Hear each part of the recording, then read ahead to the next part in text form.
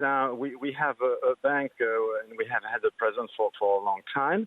It's a ring-fenced bank. It's a bank which functions in an autonomous way from a liquidity perspective.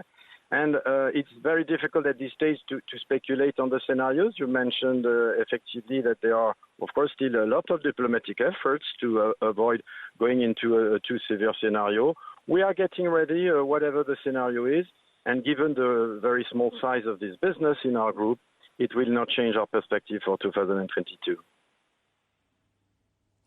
Frederic, good. Karen jumping in as we talk about the year ahead. We are counting down to the French election, 2 rounds in April, one towards the beginning of the month, one towards the end.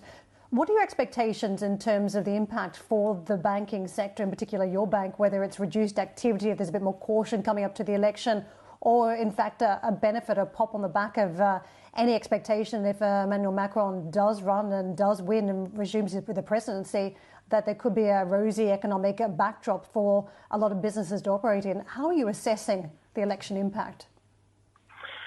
Listen, first of all, let me say the French economy is doing well. You saw the 2021 figures. It rebounded very strongly, and I think the prospects for this year remain pretty good, and of course depend also on the growth economy, but overall on the world economy. But I think it's overall positive.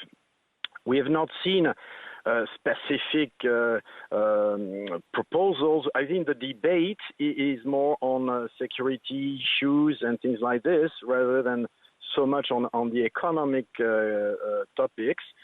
And I must say, let's see the result, but I'm not particularly worried. And what would be good is, of course, once we have this election behind, with also the German elections behind, is to think about Europe and how Europe wants to move ahead for the 2030 agenda. There's so much to do for Europe, to invest, to finance the growth, the energy transition, and investing in infrastructure. So I think the prospects for a European bank are pretty good. And if I may say, if on top of that, interest rates are normalizing step by step, it will be positive. So banks need to remain disciplined. Banks need to focus, of course, on also the digital transformation. There are still in a kind of industrial revolution which is moving ahead. But I think that we showed that we were able to accompany our clients in the crisis. The image is positive, the image of banks, and we want to carry on doing our job on the ground. Hi, I'm Joanna Bersecci, and thank you for watching. You can check out more of our videos by clicking on the boxes on the screen. And don't forget to subscribe to our channel for more from CNBC International. Thank you for watching.